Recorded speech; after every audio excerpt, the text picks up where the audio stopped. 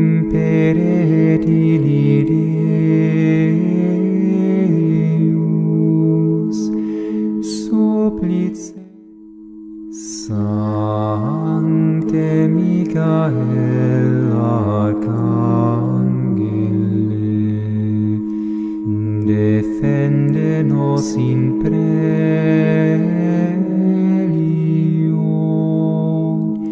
contra nequitia et insidias diaboli est oppressium,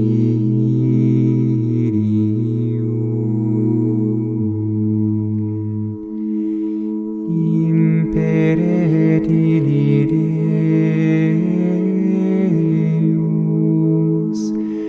supplices te precamur,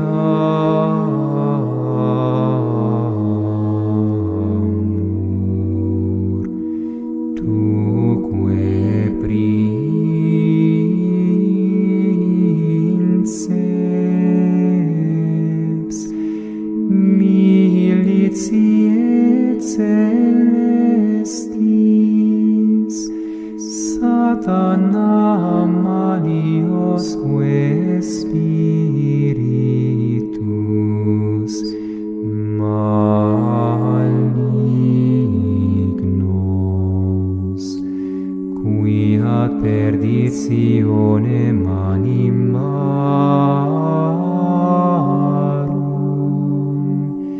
pervagantur in mundo,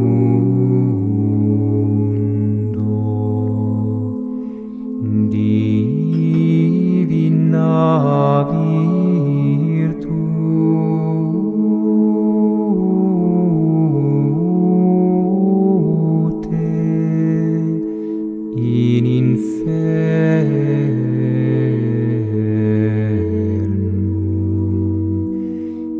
detrude.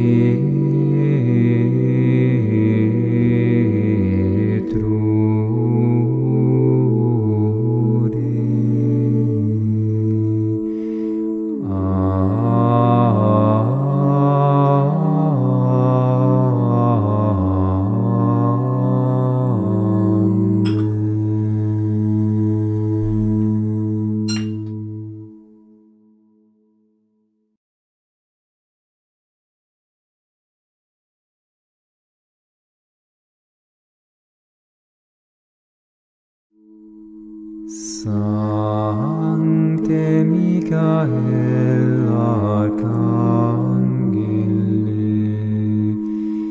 defende nos in prelio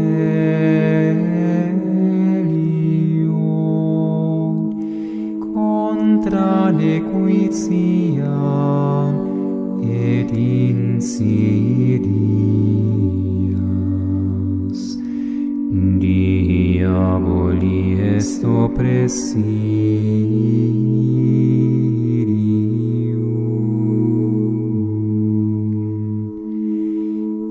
impere Filii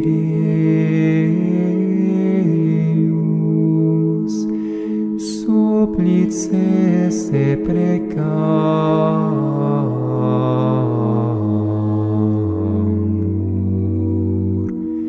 tuque princeps,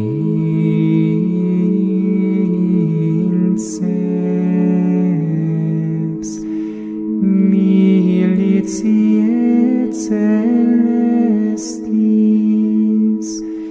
Satana maliosque spiritus malignos, qui ad perditionem animarum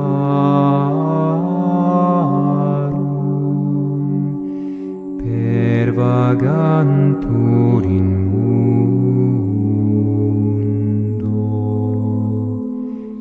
divina virtute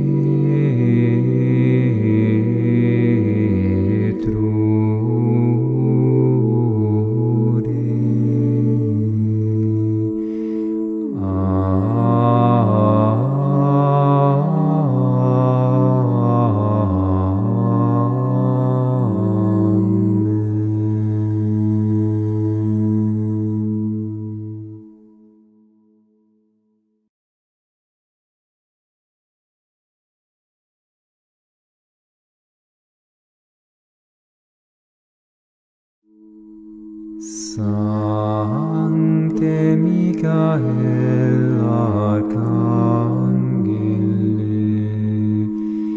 defende nos in prelio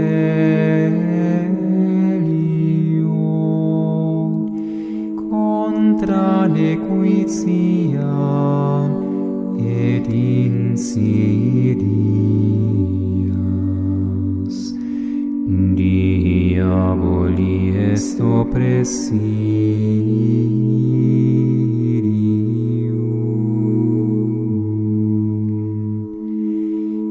imperet illide.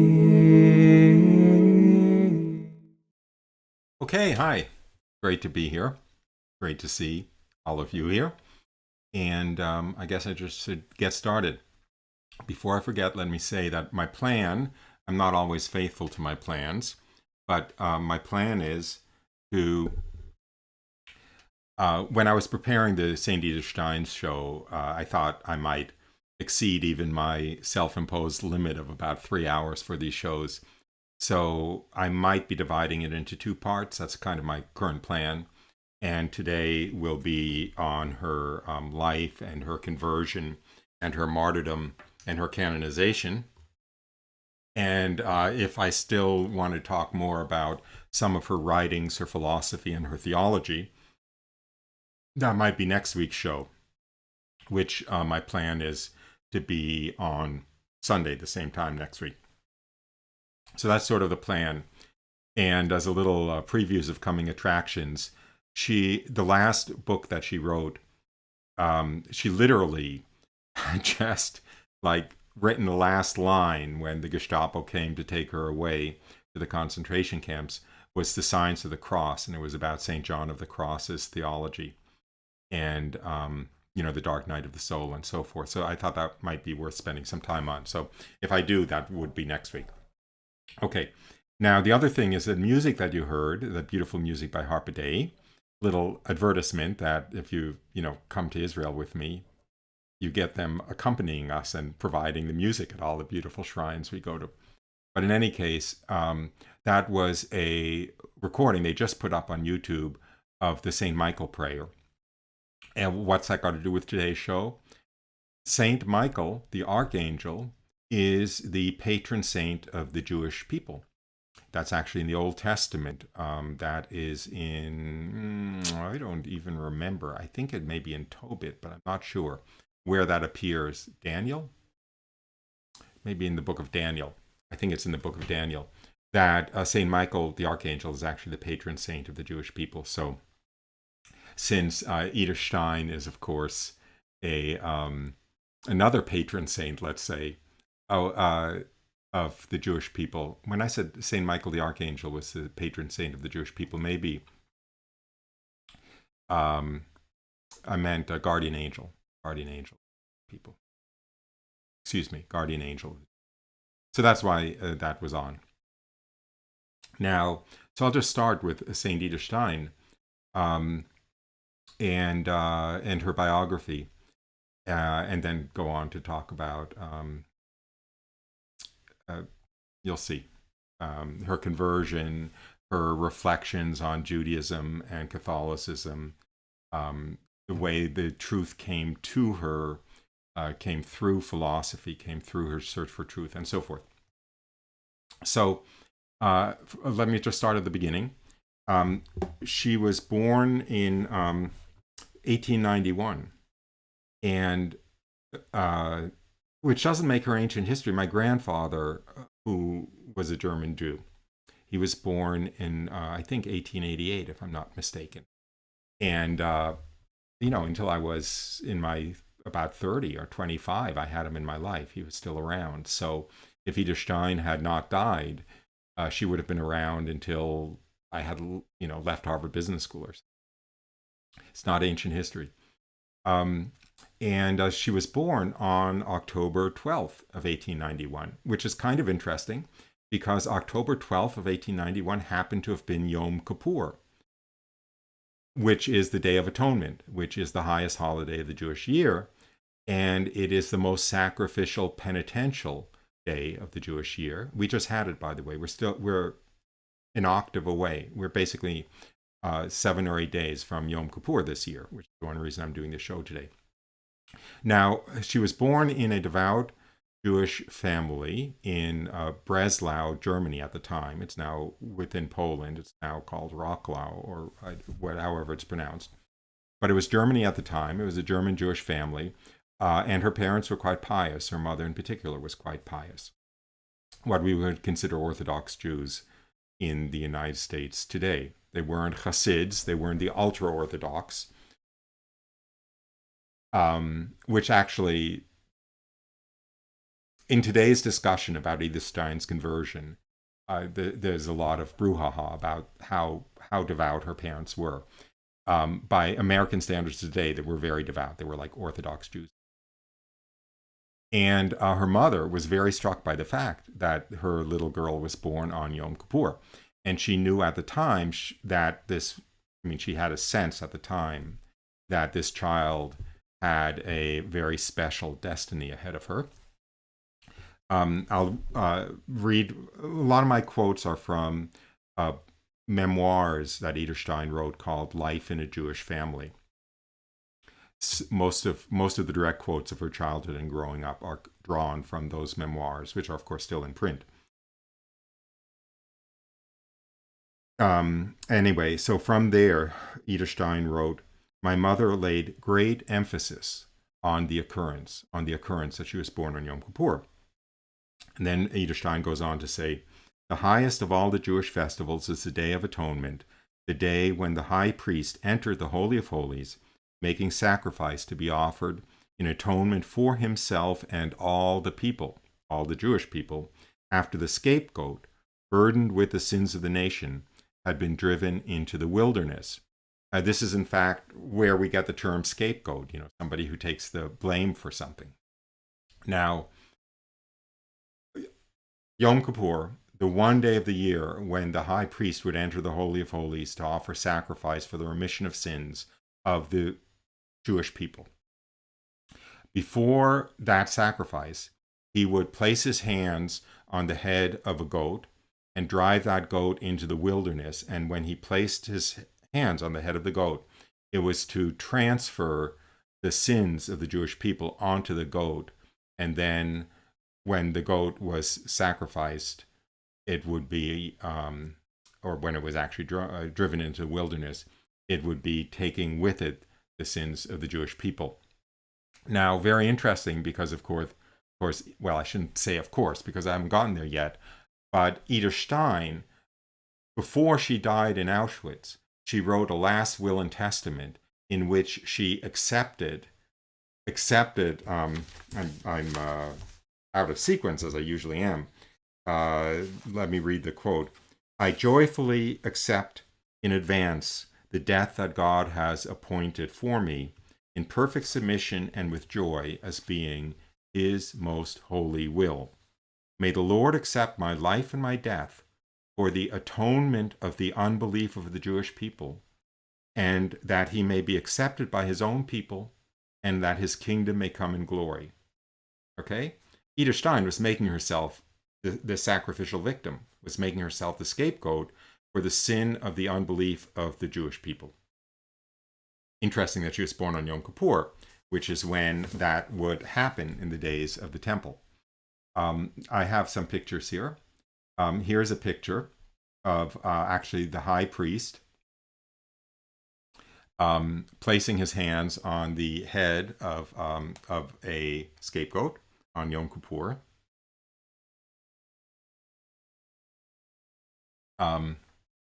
And I have another picture here, which I'm going to pull up now, which is yes, I don't have my picture here. Sorry. This is like the theme of the show, which is that what we have here is we have three Old Testament events, we could say. We have 3 Jewish liturgical events, which mark the milestones in St. Edith Stein's life very beautifully. The first is her birth on Yom Kippur, which is why the first image is of the high priest with the scapegoat. Now, the second image is of Jesus, the infant Jesus, being circumcised on the 8th day of his life. What's that got to do with Edith Stein's life? Because her baptism was on the feast of the circumcision of Jesus. January 1st on the old calendar in the days of Edith Stein used to be the feast of the circumcision of Jesus. It's when Jesus ritually entered the Jewish nation. And it is the day when Edith Stein entered the church. So there's a very, very beautiful resonance there, which I'll probably talk about when I get to the time. It's also, by the way, when Jesus shed his first blood for the salvation of mankind, was, of course, the incision of the circumcision. So it's when Jesus, began his sacrificial offering of himself, and Edith Stein began her sacrificial offering of herself, so to speak, when she entered the church. And the third picture is of Queen Esther. And I'll get to that, but near the end of her life, Edith Stein offered herself as a Queen Esther, and she saw herself in the role of Queen Esther, because the story of Queen Esther was that she was a Jewish woman. Persia, the Persian king, was not Jewish. The Persian king had issued an order that all of the Jews in the kingdom be exterminated. And Queen Esther, she was the queen, she was Jewish, but the king didn't know she was Jewish. She, at the risk of her life, thinking she would be killed for the effrontery, went to the king and asked that he spare her people, the Jewish people. And instead of being killed for the violation of protocol, which she had done, instead the king, his heart went out to her, and he rescinded the order for the extermination of the Jewish people. So she put herself in the breach, so to speak, and interceded for the salvation of her people, like Edith Stein put herself in the breach and actually offered herself a sacrifice to intercede for the salvation of her people, the Jewish people, offering her life that in atonement for the unbelief of the Jewish people, and that they might come to faith in Christ. So that's why those three pictures are kind of the visual theme of the show. Now, Edith Stein was the youngest of 11 children. 4 of them had died as very young children. Here I have a picture of the Stein family here. And since Edith Stein was the youngest of the children, she is the youngest child in the picture. You see her in the lower right-hand corner there, the little girl sitting down. She already looks very serious and sober. The girl standing next to her, who's actually 6 years older, is her older sister Rosa, who also died with Edith Stein at Auschwitz. She was in the convent with Edith Stein, not as a nun, but as a kind of extern living in the convent, and she was deported with Edith Stein and ended up at Auschwitz on the same train and killed in the same mass execution as Edith Stein. And so that's her, that's Rosa, standing on the far, I actually don't know if it's the far left or the far right of your screens. And just to zoom in on the 3-year-old, Edith Stein was 3 years old at the time, the 3-year-old Edith Stein, there is a picture of her. And I think you already see her intelligence and the depth of her consciousness, her seriousness. I think it's a very beautiful picture, a very beautiful picture. So, and as I said, it was a devout family. Now, when Edith Stein was 2 years old, which means a year before this picture was taken, her father had a lumber business, and he was killed. He was killed in the forest. I don't know whether it was an accident or whether he just happened to be in the forest when he died of natural causes, but he was killed when he was out in the forest examining trees. And the mother, of course, was widowed with this large family with a 2-year-old. and she took over the lumber business, and she actually did much better. She was much more successful than her husband at the lumber business, and became quite comfortable, well off, whereas when he was running it, they weren't. In fact, they lived in a town called Breslau. I mentioned that. The people in the business in Breslau said that Frau Stein was, I'm trying to think of the right words that they used, was the only real man in the lumber business in the town. I forgot the exact phrase, but it was that, she was like the real thing. And so let me pull up a picture of Frau Stein. I think you can see her strength of will and her iron will. Looks a little like Margaret Thatcher, I think. But anyway, so she was very successful at running that lumber business. And now, interestingly, when Edith Stein was just 2 years old, I'll pull up the picture of her, around that time. Her father was leaving for the forest that day that he was killed. And he had already started leaving the house, or he had already left the house, when the 2-year-old Edith Stein called him back, come back, Daddy, for her to say goodbye to him again. I think that was inspired. I've heard other stories like that. I think that she had a premonition and she wanted a final goodbye. So anyway, she grew up. She was very smart and precocious. Always the first in her class in school, but somewhat obnoxious. To tell the truth, I had the same problem, that she was always raising her hand and insisting on being called on so that she could show that she knew the answer and stuff.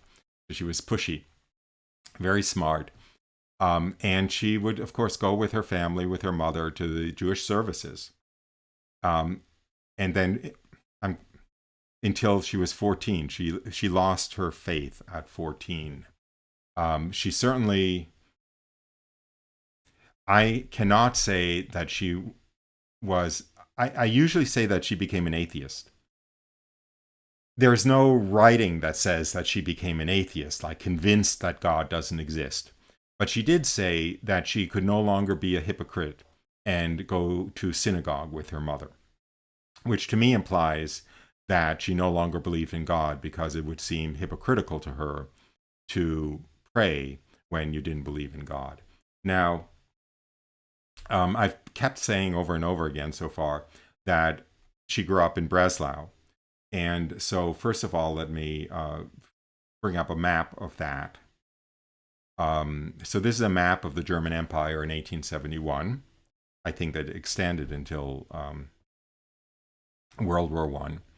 And you see Breslau, you see it sort of in the center of the map. I put 1891 there because that's when she was born, in Breslau, and that is the town that she grew up in. You can see that it's kind of on the eastern edge of the German Empire, and it's not easy to see, but I don't see where Krakow is. Oh, there's Krakow. Krakow is right to the east of Breslau and a little bit down, and Prague is a little bit to the west and down. And you can see how when the German Empire kind of got broken up by the Allies after World War II, Breslau was absorbed into Poland. So that's where Breslau is. I'll go back to that map later. Those other towns are the other towns where she lived. She went from Breslau, basically straight west to Göttingen. You see where it says 1913. That's when she moved to Göttingen to go to university, or to continue university. And then about 2 years later, she moved to Freiburg,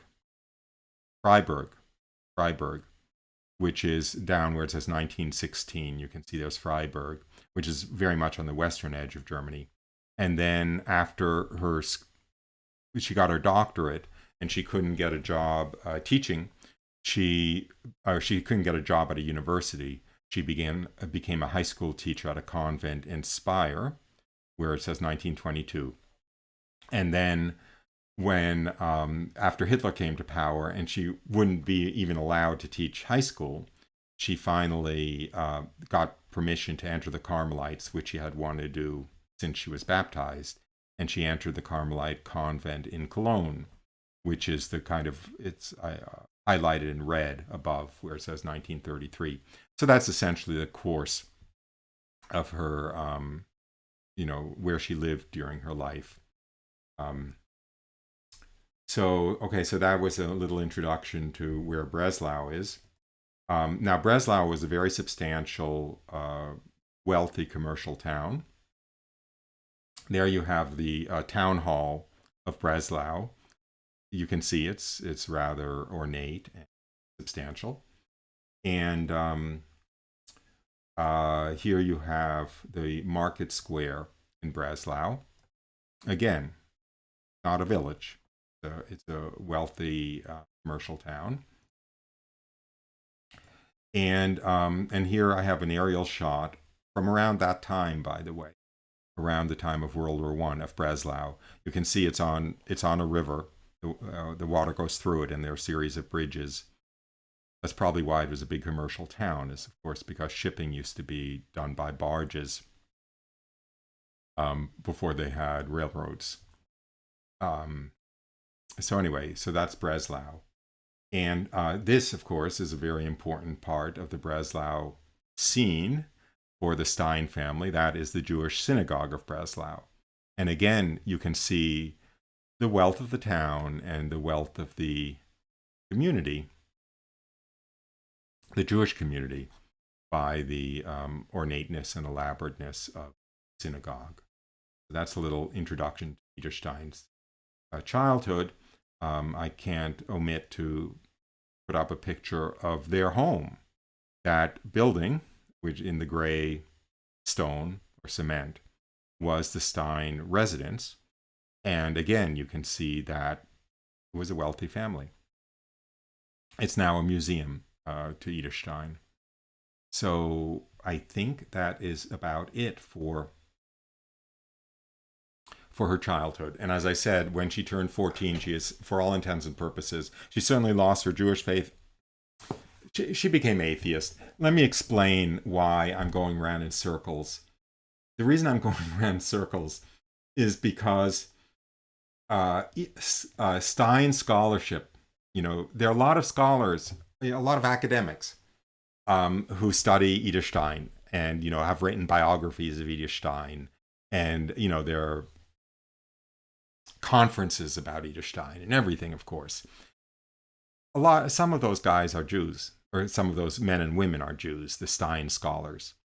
And the Jewish community has a very different view of Edith Stein's conversion than we do, because we know the truth as Catholics, I hope, who have the faith.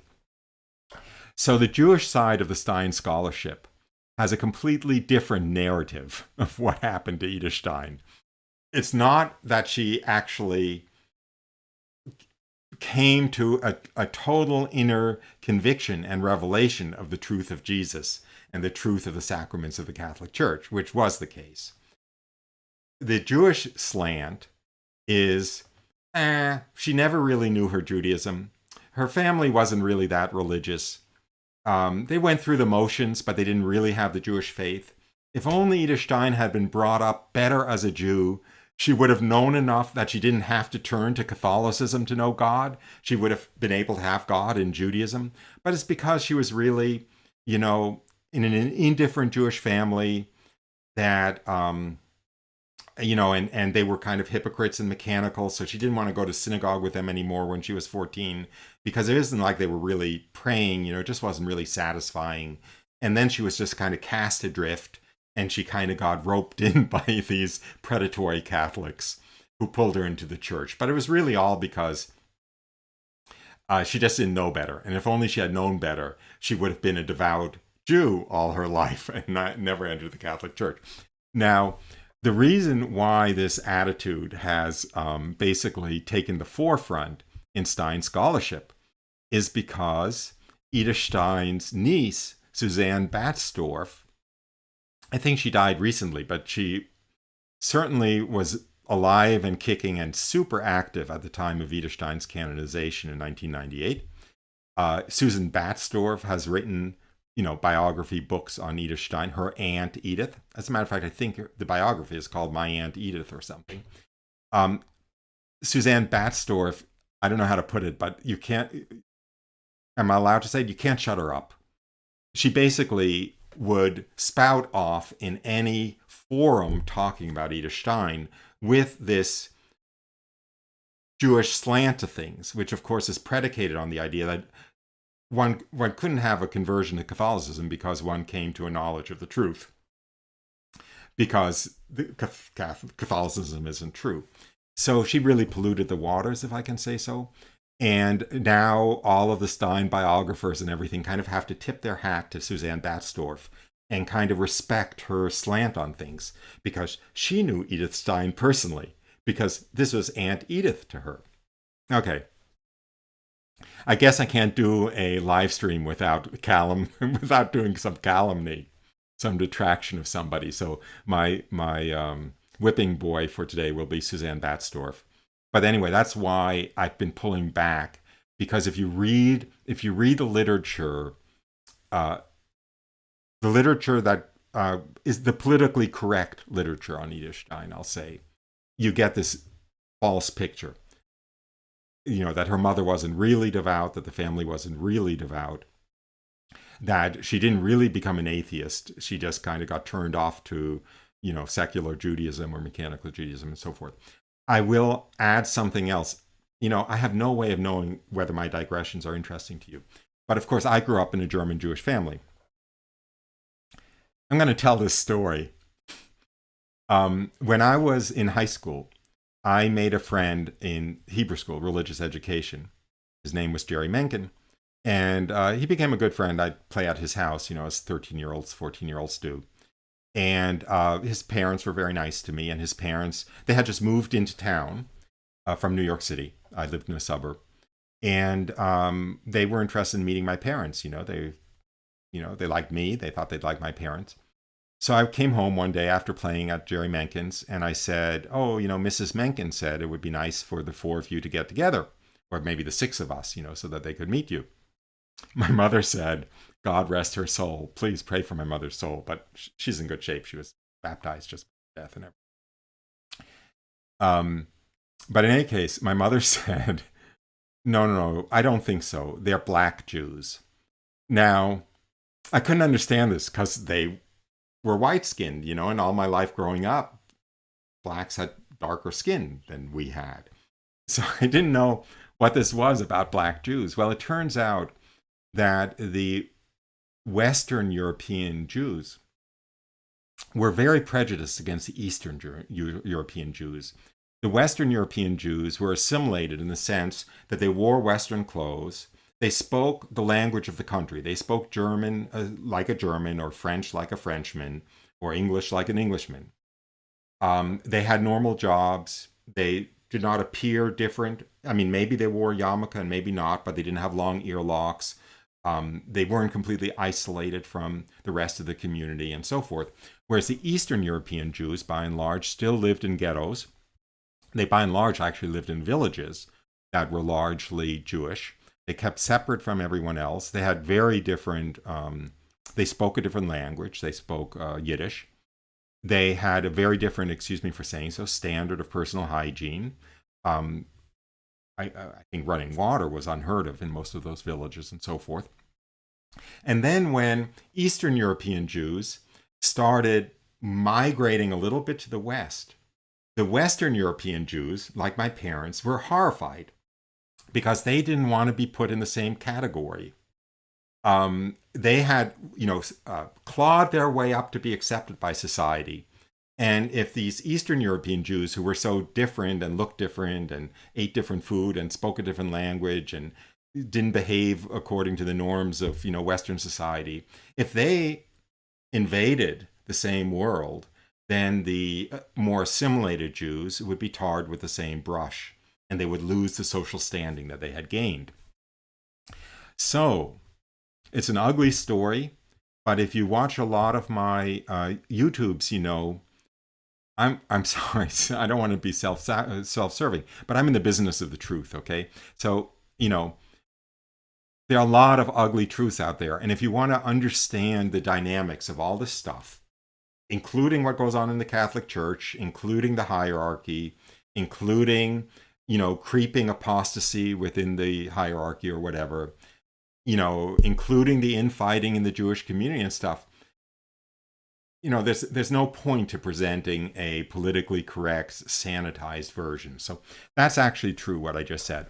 It was so bad, mea culpa, mea culpa. It was so bad that at the time of the Holocaust, a significant portion of the American Jewish community did not want the US government to let in the Holocaust refugees, who were mostly Eastern European Jews. I'm not saying that the American government would have let them in had the American Jewish community lobbied heavily for them to be let in. And they weren't let in, by the way. 0 were let in during the war. My mother, who escaped France during the war, made it to Cuba and was allowed to stay in Cuba. And then only after the war did the United States start allowing in Holocaust refugees. The rest of my family who escaped, my mother's family that escaped, made it to Argentina. And Argentina allowed Jews in, Holocaust refugees, if they brought money with them, if they had money. As a matter of fact, the way they knew whether they had money was if they had a first-class ticket on the boat. If they arrived first class, they got a visa and they could stay in Argentina. But if they were in steerage, they could not stay. In other words, if they didn't have a first-class ticket. It was a very easy and efficient way to know who had money, I suppose. Anyway, so that's the story. The American Jews, who one would have hoped would be in the forefront of lobbying in order to allow at least some of the Holocaust refugees to find safe haven in the United States, weren't, or they weren't universally in favor of it because they did not want the American view of Jews to be polluted by this wave of uncivilized or, kind of less civilized Jewish immigrants. So anyway, you saw some of this in the Catholic Church, I suspect, with the waves of Irish immigrants, during the potato famine. I wouldn't be surprised, if you found in the course of immigration into the United States of Catholics something similar, where the Catholics who were well established in the United States weren't so enthusiastic about these waves of undereducated and undercultured and poverty-stricken new immigrants. Anyway, it's just human nature. But anyway, where did I come to this from? So these like Jewish Stein scholars. How can I put this? The Jewish Stein scholars who think that Edith Stein's family was not devout because they were Western European Jews and they weren't Hasids from Eastern Europe, are reflecting the Eastern European prejudice against the Western European Jews, as the Western European Jews had their prejudice against the Eastern European Jews. Okay, so finally, I get to her leaving home. She began university in Breslau, but she moved to university in Göttingen because she wanted to follow a superstar philosopher, Husserl, who initiated a new school of philosophy, stream of philosophy, known as Phenomenology. At the time, it was realist phenomenology. And he gathered around him a group of students, disciples, and they started. They became the nucleus for this new stream of philosophy. My wife is a phenomenologist. I know some of this from her. John Paul II was a phenomenologist. In fact, I'll go into that a little bit. I can't believe I'm going to go into phenomenology a little bit. I'm not licensed to do this, but here's this part of the situation. Part of the situation was the late 18th century had all of these idealist philosophers. I'm on thin ice because I really only know this from dinner table conversation, but Kant was one, Immanuel Kant. And I think that Heidegger was one. I wouldn't bet my life on it. Anyway, I don't want to go out on a limb, but there were a lot of them. And the really big names, Hegel was one, I'm pretty sure. They were idealists, and they were very concerned with how we could know that anything was real, or in fact, whether anything was real or not, whether there was any external objective reality to the world, or whether reality itself was kind of like a subjective construct. I'm not doing justice to this, but maybe I'll have my wife do a show on it. But in any case, I mean, you may have been exposed to this. I was exposed to this a little bit at university at MIT. It's sort of like, you know that old line: if a tree falls in the forest and no one hears it, doesn't make a sound. I don't know if you've ever heard that. That's an example of that, right? Is there something objective and real, or does it require the observation to even exist? I see a tree outside the window, but how do I know the tree exists? How do I know I'm not imagining it? How does the existence of the tree go from outside to inside my head? And there are people who argue that actually, like, the tree has to somehow come inside my head to become real to me. I don't know how this stuff goes, but it's pretty nutty. And it is, this kind of extreme idealism. And the phenomenology in the beginning was a reaction against this idealism that wanted to start with phenomena, wanted to start with observations and see what could be learned from the observation, what you could learn from reality, rather than questioning reality itself. So anyway, that was my understanding of phenomenology. I think my wife is watching, so I'll see whether she wants to contribute to the next show or not. Anyway, and there's a very impressive group of people who gathered around Husserl. So anyway, Edith Stein moved from Breslau to Göttingen in order to become a student of Husserl, who was at University of Göttingen. I'll bring up that map again, and so that so that we have it. I'll try to see if I can make it available throughout the show to can't that way. Give me a little bit of okay. So there we have that map, and you can see Göttingen. That's highlighted in the green there, 1913.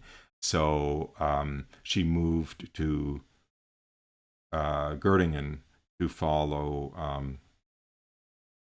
Husserl.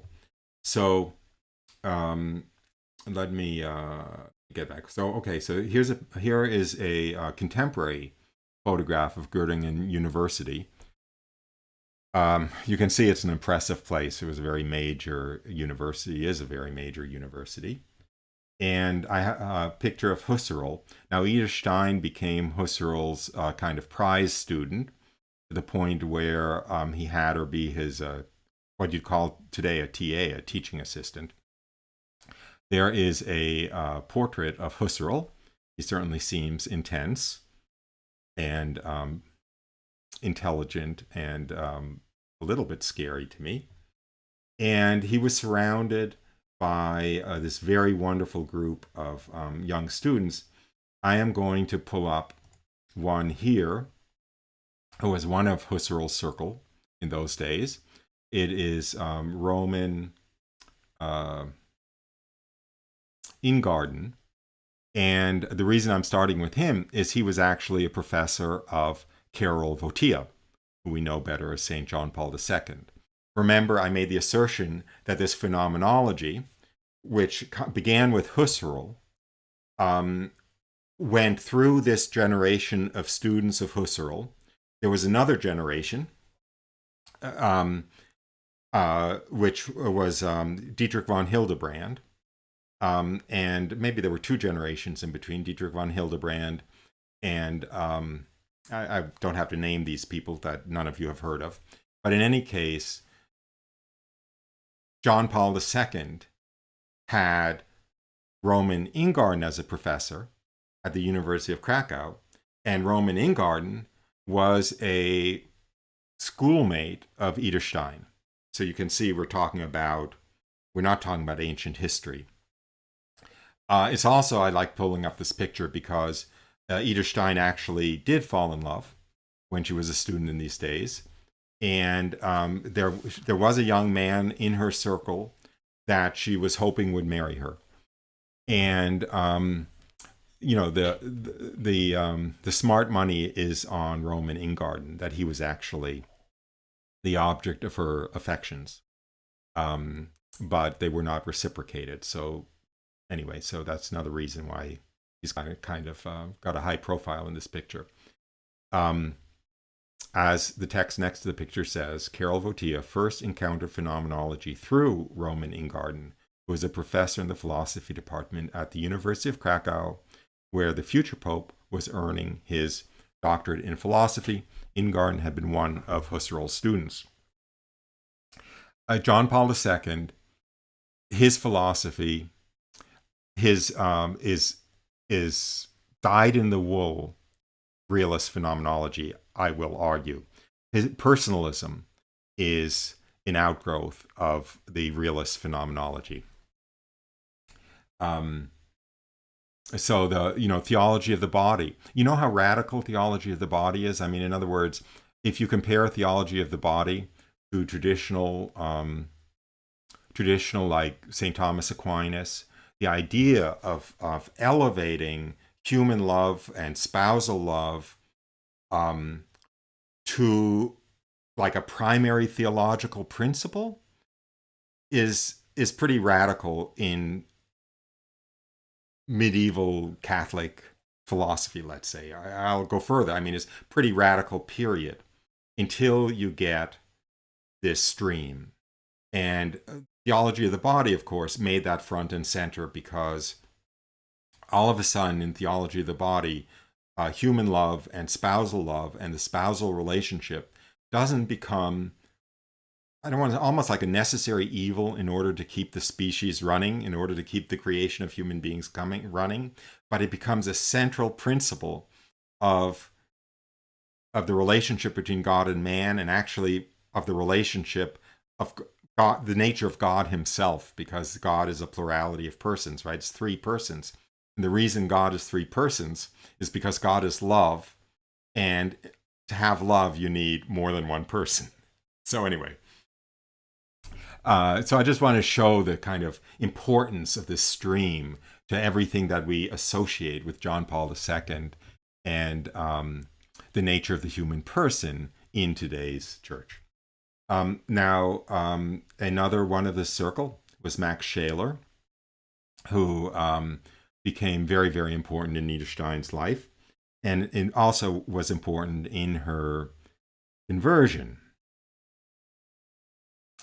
I'm going to slow down and take a deep breath because I'm kind of like, a car in neutral rolling down a hill going faster and faster. Okay, Max Scheler. Max Scheler was a Jewish convert. He was a convert to the Catholic Church. He had become Catholic in 1899. And he was he gave a series of lectures, I think once a week, to Husserl's disciples. And I'll say what Edith Stein writes about attending Max Scheler's lectures. He was quite full of Catholic ideas at the time, and employed all the brilliance of his spirit and his eloquence to plead them. This was my first encounter with this hitherto totally unknown world. It did not lead me as yet to the faith, but it did open for me a region of phenomena which I could then no longer bypass blindly. The bars of the rationalist prejudices I had unconsciously grown up with collapsed, and there, standing in front of me, was the world of faith. I could see that among the inhabitants were people whom I admired, people whom I worked with on a day-to-day basis. That made it worth some serious reflection, at the very least. Okay, now this is worth talking about. This is worth almost doing a whole show on, because here you have, evangelization one-on-one. Okay, Max Scheler did not evangelize. He was not talking about the Catholic faith in these lectures. However, Edith Stein saw three things, okay? She saw his brilliance. She saw, maybe I can only say two things. She saw his brilliance and his eloquence, and she saw the fervor of his faith. And this in itself was a phenomenon. If I can say so, is one of the reasons why, my witness testimony in YouTube, has over 1 million views to it, is because people want to say, to believe all the stuff the Catholic Church teaches, you have to be an imbecile, or you have to be ignorant, or you have to be uneducated, and you have to be brainwashed, right? So, okay, so, I wasn't brainwashed as a child because I was Jewish.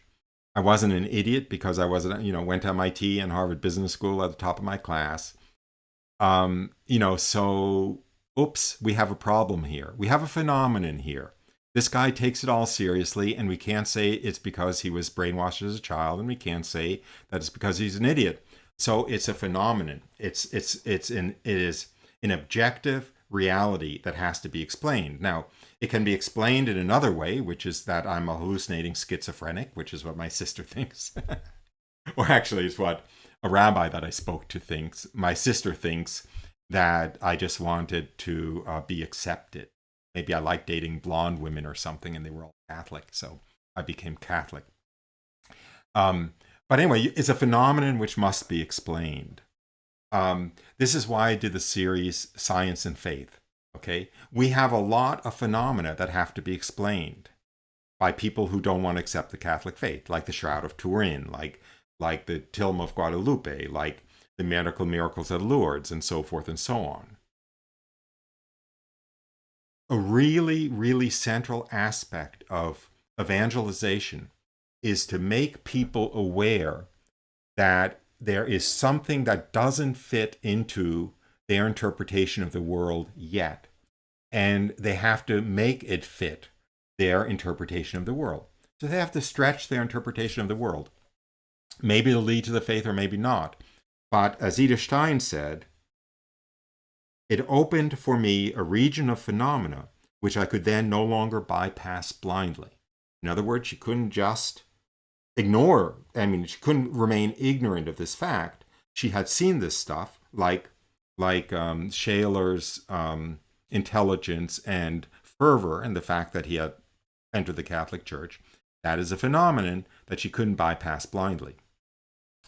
Then she goes on to say, the bars of the rationalist prejudices I had unconsciously grown up with collapsed, and there standing before me was the world of faith. Now, if somebody, look at Barry Schwartz, right? I did a show on him, the Jewish photographer for the Shroud of Turin.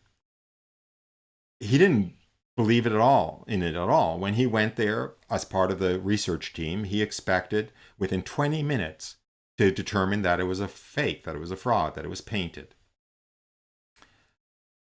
Instead, he determined that it was not painted. Okay? His rationalist prejudice collapsed in the face of the evidence. He had to do something with that. He decided it was made miraculously, and so forth. So I guess this is all a little bit of a digression that we should confront. We want to evangelize, right? That's our number 2 job. We only have 2 jobs in existence. Number 1 job, get to heaven. Number 2 job, get as many other people to heaven as possible. Nothing else matters in the long run. Those are the 2 I mean, there are other things that we should do. Jesus even mentioned them, like feeding the hungry and so forth. But there's a kind of bottom line to those two. So anyway, the way we help other people get to heaven is essentially by being a positive influence on them and bringing them out of sin and ideally to the fullness of the truths and the sacraments of the Catholic Church. So we have to be those phenomena. Okay, we have to be those phenomena. Walt Whitman said something about he wasn't a good guy and he wasn't evangelizing the Catholic faith, but he said something about wanting his poetry to be like an itch in the reader's ear that won't go away. We want to become an itch, so to speak, in the skeptic or the Jews or the atheist's ear that won't go away, because we are a phenomenon that needs explanation. Maybe it's, you're an intelligent, nice Jewish guy who is a fervent Catholic. Maybe that's the itch. Maybe, maybe you're just a nurse in a hospital who consoles patients with a lot of compassion and warmth. And other people see you and they say, oh, I don't know, where does Amy, get that strength to, kind of do that with people dying of cancer and stuff, Or maybe you're an office, just a clerk in an office who is kind of gay when you show up at work because you just came from Mass and are still, kind of bubbly because you just received the Eucharist, and people want to know why you're gay and you say, oh, I just went to Mass, That's a phenomena. They're going to have to deal with it. Maybe they're going to decide you're nuts. But that's all to your credit, right? Jesus said, when people say all kinds of evil things about you, jump up and down for joy because great will be your reward in heaven. And people reject you and say nasty things about you, because of the faith. So anyway, so Max Scheler, I'm making you look at me instead of looking at Max Scheler, who seems a lot more interesting. But anyway, Max Scheler was in his very person a phenomenon, which Edith Stein had to incorporate into her worldview. So that was a part of her conversion in itself. Now, she also, another member of this circle, was Adolf Reinach. Now, he was really, really, really important to in the story of her conversion, and it'll be a central aspect to her conversion. I don't know. I think this Edith Stein's going to be 2 shows at the rate I'm going. But anyway, so there is a picture of a young Adolf Reinach. Now, he was also, coincidentally, a Jewish convert to Christianity.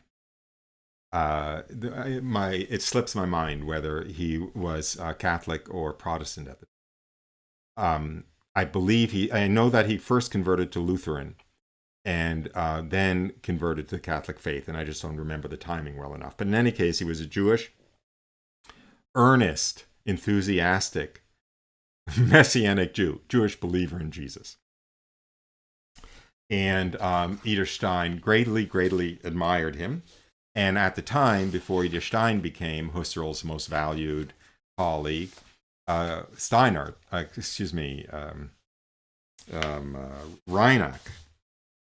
I merged Scheler and Reinach. Anyway, Reinach was Husserl's most valued colleague. And here's what Edith Stein wrote about her first meeting with Reinach. Our first conversation left me very happy and filled with a deep sense of gratitude. Never before could I remember meeting anybody so absolutely good-hearted. Here was something entirely new. It was my first glimpse into a totally new world. Okay? Again, this is, lesson 2 in evangelization. The ideal means of evangelization is to be absolutely good-hearted and be a glimpse into a new world on the part of the person who meets you. This is a department where I promise you, I only talk the talk. I do not walk the walk. But if you remember the show on Colby had that effect on everybody he met. They fell in love with him, essentially, even if they were the Nazi commandant who came to destroy his monastery. His goodness, the love that flowed from him, was irresistible. Mother Teresa, the same thing, right? That however skeptical and hostile someone might be, like when she met Bill and Hillary Clinton, right? The love that flowed from her good-heartedness was undeniable. Now, it didn't help with Bill and Hillary Clinton, but with a normal person, I think, it would be a phenomena that, as it was with Edith Stein, as she wrote, was something entirely new, a glimpse into a totally new world. And of course, that totally new world was connected with his Christianity. I am going to do another huge digression here, which is transformation in Christ. Okay, which is really what I'm beating around the edges of transformation in Christ. Now, I mentioned Dietrich von Hildebrand. Most of you do not know who he was, but Pope Benedict said he was a 20th century doctor of the church. He was a early phenomenologist. Let's say he was probably born a little bit before Edith Stein. He died maybe 1980 or so. He definitely, he was a teacher of Pope Benedict, as of course Ratzinger, Joseph Ratzinger, and I believe he was also a teacher of Karol Wojtyła, but I'm not 100% sure about that. And he was definitely a teacher of my father-in-law, Damien Federica. And he was the husband of Alice von Hildebrand, who some of you may know. The reason I'm talking about Dietrich von Hildebrand is because he wrote a book called Transformation in Christ.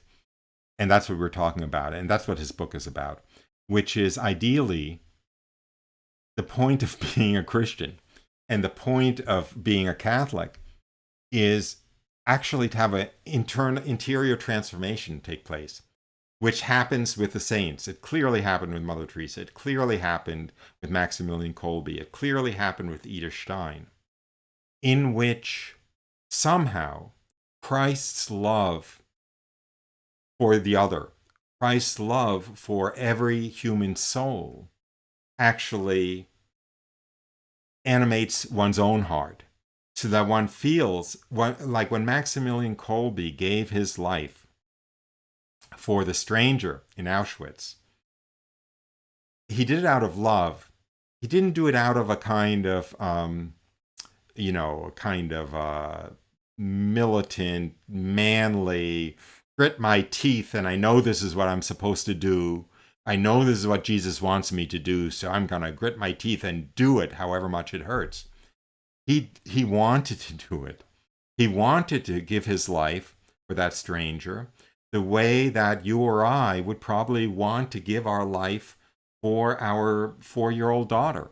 If we had a 4-year-old daughter, who, I don't know what the circumstance would be. Because obviously she couldn't need a transplant that could only come from us or whatever. But you know what I mean. It happens, people jump into raging rivers and stuff to save people. So that's what was going on in Maximilian Kolbe, is that he actually, his love for that man made him want to take his place. And that is transformation in Christ. Because, boy, I don't remember the quote, but, would someone be willing to give their life for another? Well, maybe, if he was somebody who was like a close friend or a relative or someone that you love deeply. But to give his life for a stranger, No, that's transformation in Christ. Only Jesus kind of wants to do that, so to speak. And we only want to do that if it is Jesus living in us. I do recommend the book, Transformation in Christ. And now I am going to read a very short quote from Edith Stein that shows that at the end of her life, that's what she did. I was not planning to read this, and I will go back to this when I do the show on her writings. Um, um,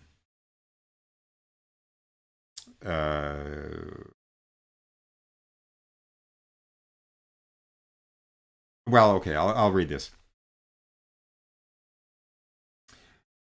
Natural love extends only to individuals with whom we feel united by reason of blood, character, or common interest. The rest of the world, as far as we are concerned, is made up of strangers, people who don't affect us. In other words, people who become increasingly hard to tolerate and whom we end up keeping as much at arm's length as possible. For the Christian, though, there is no such thing as a stranger. There is only the neighbor, the person who happens to be next to us, the person most in need of our help.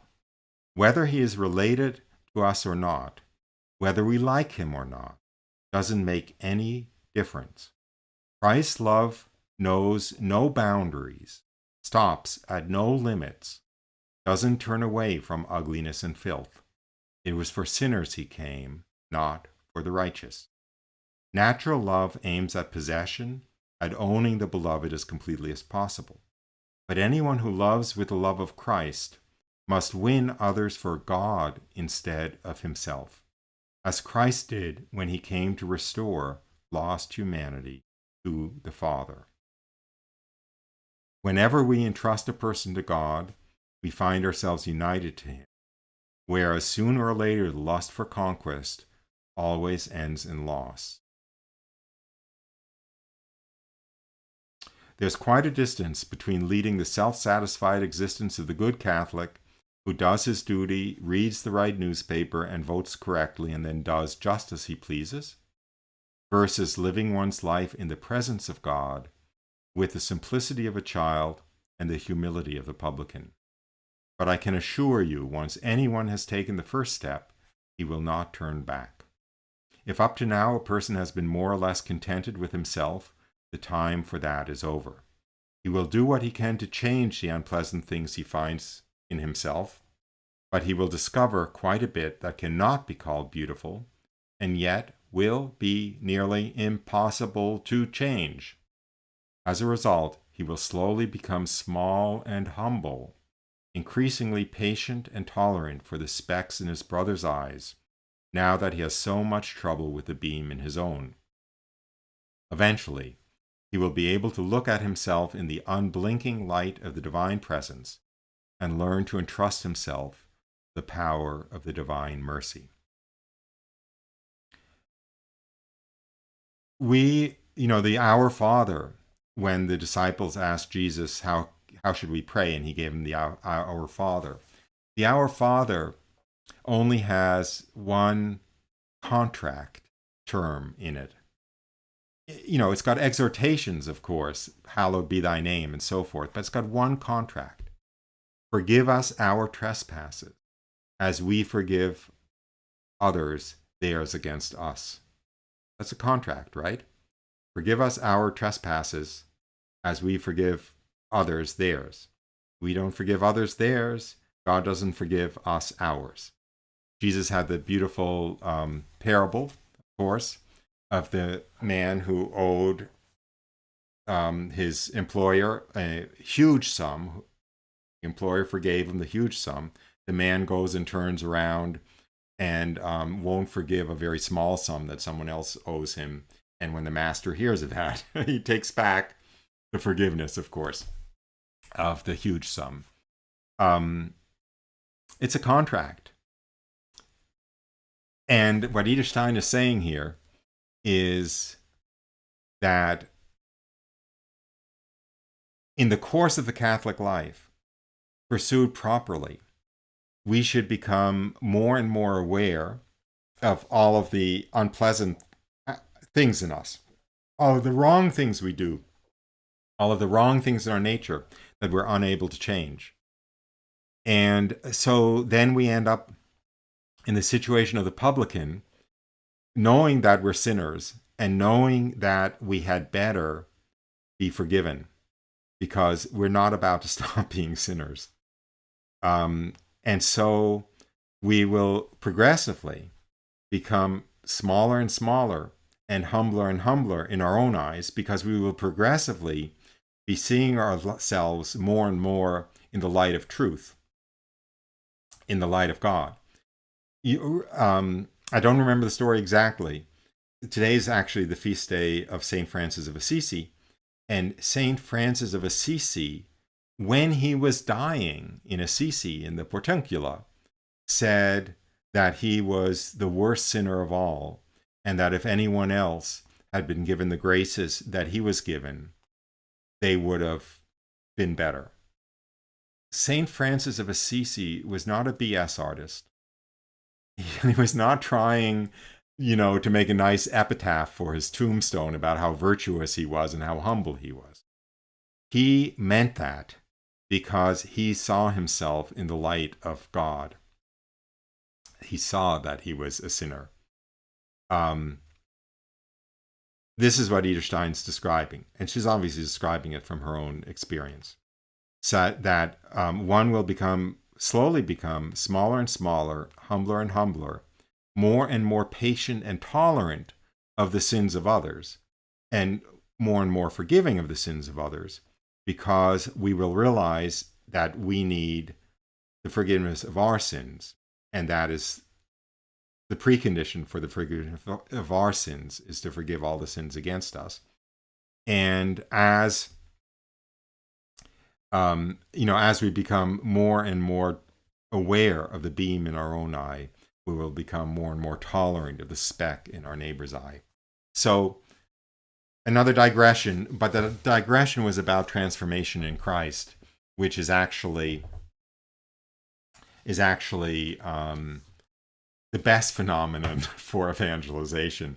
Is if we are able, the further along we're able to go down that road of transformation in Christ in ourselves, the more we'll be like Adolf Reinach here, where Edith Stein, when she met him, said that she had never met anyone so absolutely good-hearted. So that is another phenomenon to use for evangelization, that when people see that phenomenon, it'll break open their rationalist preconception. Anyway, okay, I'll stay with Reinach now. I will say that just to go back to the map very briefly, so that I'm following Edith Stein, because I'm going to now skip to essentially her finishing her doctorate and so forth in 1916. She moved to Göttingen to be with Husserl in 1913. Husserl moved to Freiburg. I always don't remember which way it's pronounced. Freiburg. His position changed. He moved from the university in Göttingen to the university in Freiburg in 1916 or so. Edith Stein moved along with him to Freiburg. So now she is in Freiburg, and she finishes her doctorate, and she is in this circle that I'm describing with Ingarden and Reinhardt and Scheler and so forth. That's where we are now. So now I'm going to go back to her conversion, which took place during this period. Her conversion, you could say, took place over this time period between her exposure to this phenomenologist circle around Husserl, many of whom were Jewish converts. It took place in the time period between her introduction into that circle and 1921, literally speaking, January 1st, 1922, when she was baptized. So in this period in Freiburg. So she's moved to Freiburg, and she is actually not that far from Frankfurt. And she is in Frankfurt with a friend, and they are just tourists, and they stop into a Frankfurt Cathedral, which is a very beautiful, elaborate cathedral with a very beautiful interior. They go in to admire the presumably stained glass and art inside Frankfurt Cathedral. There is a picture of Frankfurt Cathedral. And I will read her own words from her memoirs now. We went into the cathedral for a few moments, and as we stood there in respectful silence, a woman came in with her shopping bags and knelt down in one of the pews to pray. This was something totally new to me.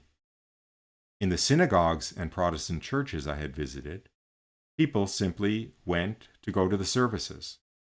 Here, however, I saw someone coming straight from the busy marketplace into an empty church, as though she was going to have an intimate conversation. It was something I never forgot. Another phenomenon. That's what evangelization is about. Another phenomenon. Edith Stein saw something that she could not process. It did not fit into her worldview. She understood going into churches or synagogues to go to services. But here she saw something completely different. She saw an old, exhausted woman trudging home at the end of a long day with her shopping baskets. And instead of going straight home, she stopped into this empty church to kneel in a pew and pray as though she were having an intimate conversation with a close friend. Something is going on here. Something that someday I have to get to the bottom of.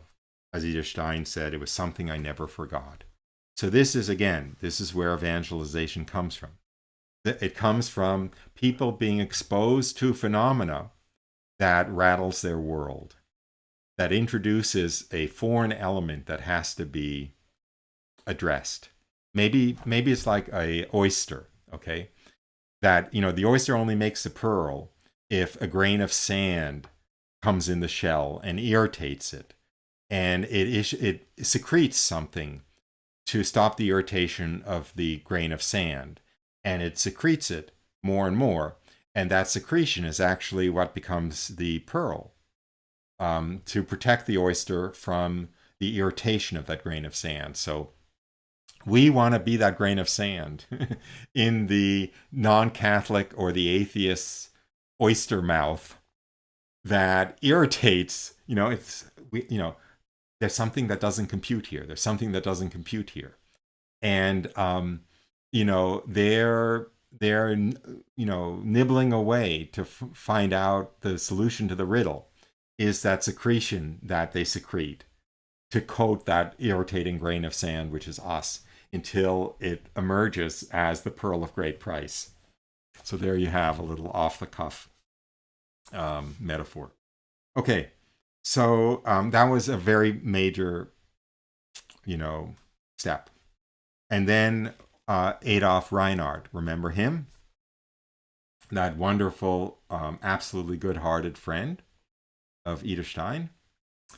He got drafted into the German army. This is World War I. We're talking about 1916, 1917. I have a picture of him. Find the picture of him here. There he is. There he is in his army uniform. Just as a little funny aside, he sent home. I don't think I kept a copy here of the picture, but he sent home a picture to his wife of his troop in the army. And, it's a bunch, it's whatever it is, 6 or 8 soldiers in uniform. And he says, that's me, the one on the left with the belly. You see the belly here too. So anyway, here he is as a young soldier. And very tragically, in 1917, he gets killed in the trenches. I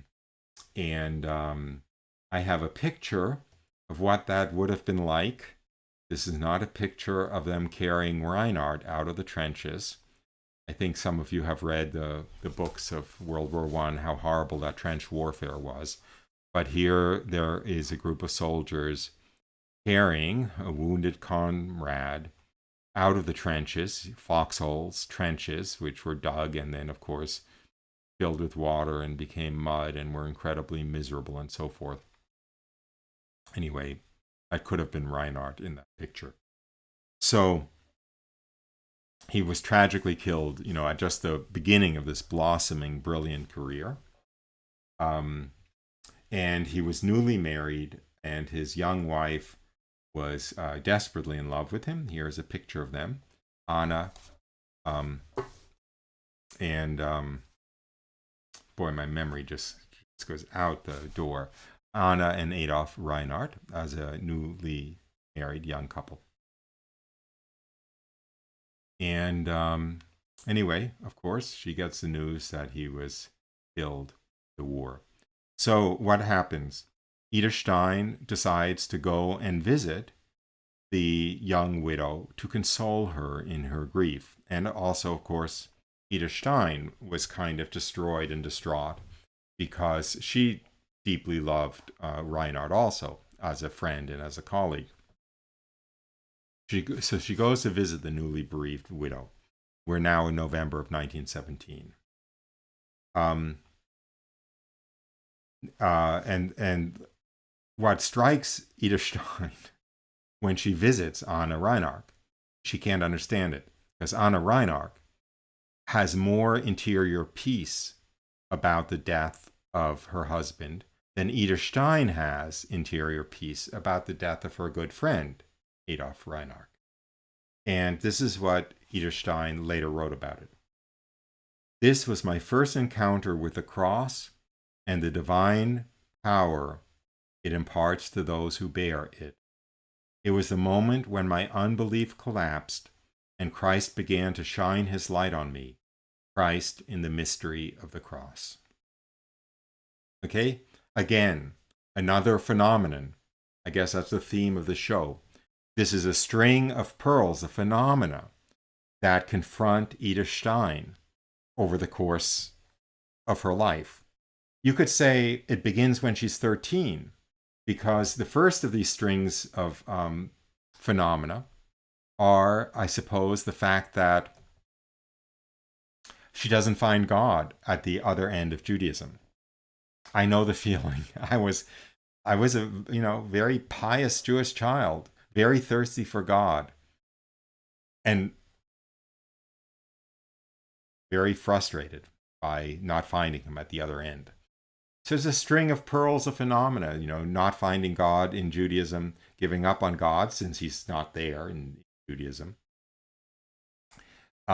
seeing the goodness of Reinach, seeing the enthusiasm about Catholicism of Scheler and the intelligence of Scheler, seeing the what praying in front of the tabernacle meant to that old lady in Frankfurt in 1916, and then seeing Anna Reinach's inner peace at the loss of her husband. These are all strings of pearls of phenomena.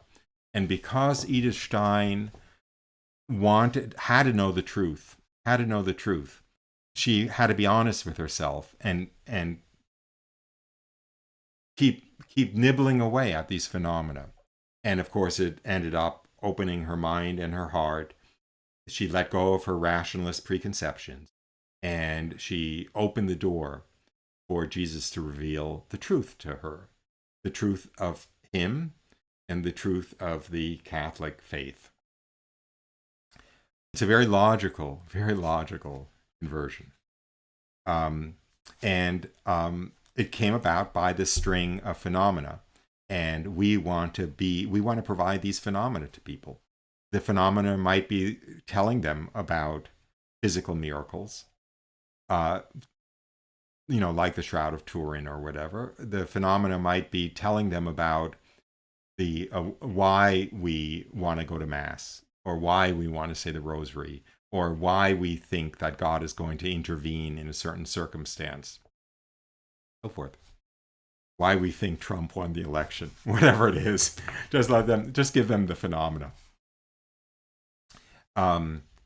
Anyway, so I'm sorry, I got to get to the last of these phenomena, right? At least I have to get to her baptism before the end of the show. That's for sure. So let me bring up the third or the fourth of these phenomena, these pearls that brought her to the faith. And that has to do with this woman, Hedwig Martius, who was also a philosopher. And here's a picture. She is actually, she isn't a convert herself, but she is from a Jewish family. I don't know, her grandfather converted her or something to Catholicism. She certainly looks like a shiksa to me, so she can't be 100% a convert herself. She looks very much like a German, a young German woman, not Jewish. Anyway, so that's Hedwig Martius. What does she have to do with this story? She was also in the circle of phenomenologists. She was also a friend of Edith Stein's. Here I have this priceless photo of three of the people I've talked about. On the right-hand side there, you have Hedwig Martius. In the center, you have, let me get this straight. You have, oh boy, I'm drawing a blank. You have Conrad, someone help me out. I'll have to go back to the pictures. You have Scheler in the middle, and on the left you have Reinach. Yes, Reinach, Scheler, Martius. So there is on the left Reinach, Max Scheler in the middle there, and Hedwig Martius on the right. So she was part of this circle. She was a friend of Edith Stein's, and she had a country house not far from, I know you guys think I have a memory because I talk on these shows, but actually I don't. Not when I'm talking. Let me pull up the map again. So she had Hedwig Martius had a country house outside of Freiburg. And in the summer, Edith Stein was a house guest for a few weeks at Hedwig Martius's country house outside of Freiburg. It was a very beautiful, it was in the middle of an orchard. I have a picture of it. Did I remember to put a picture? Can't believe it. I'm always doing this. Sorry, I did have a picture of the house. It was a very beautiful, kind of half-timbered, German kind of farmhouse, country house. Anyway, so Edith Stein is a house guest with Hedwig Martius. And Hedwig Martius goes out for the evening to a dinner party that Edith Stein was not invited to. And Edith Stein is left alone. And she goes into the library of the house and just at random picks up a book to read, to, spend the evening. And the book she picks up is the autobiography of St. Teresa of Avila. Another Jewish convert, by the way, not her, but her grandfather. Anyway, she picks up St. Teresa of Avila's life, and she starts to read it, and she can't put it down. She reads it throughout the night. She reads it from beginning to end. And in the early morning, the next morning, when she puts down the book, she says, I'll read her words from her memoirs. When I had finished the book, I said to myself, this is the truth. This is the truth. And later she said, looking back on her life, my longing for truth was a single prayer. So it was her longing for truth, that was a prayer that God answered by bringing her into the fullness of the Catholic faith. Saint John Paul II, at Edith Stein's canonization, actually at her beatification, said, she sought the truth and found God. Remember, I'm hearkening back to a much earlier live stream, which I shouldn't do. I shouldn't assume you've seen it. But I used to have a picture that I always brought up on the live streams of Jesus knocking at the door, right? You know, I stand at the door and knock. And he stands at the door and knock. And the only reason he doesn't come in is if we don't let him. If we are not willing to face the truth, he will not impose himself on us. If we're willing to accept the truth, he will come in. And we will all become Catholic. Sorry, not PC, but true. It's our unwillingness to accept the truth that is the only barrier to God revealing himself to us in his fullness, which is the Catholic Church. Edith Stein's willingness to follow the truth was, of course, equivalent to opening the door or unlocking the door. So that when Jesus knocked against it, you know how an unlocked door that's not even latched, it'll just like fly open when somebody knocks against it. So her hunger for the truth basically meant that when he knocked, the door flew open. That's that. Another little stupid little digression of evangelization. There are lots of beautiful stories like that. There is Saint Charles de Foucault, who was a fallen away Catholic, an atheist, a worldling, as they say, a soldier, had a mistress, very worldly and so forth. And he had one prayer, which is, God, if you exist, I have to know. Let me know if you exist. That's enough, right? Because he's saying the door is open.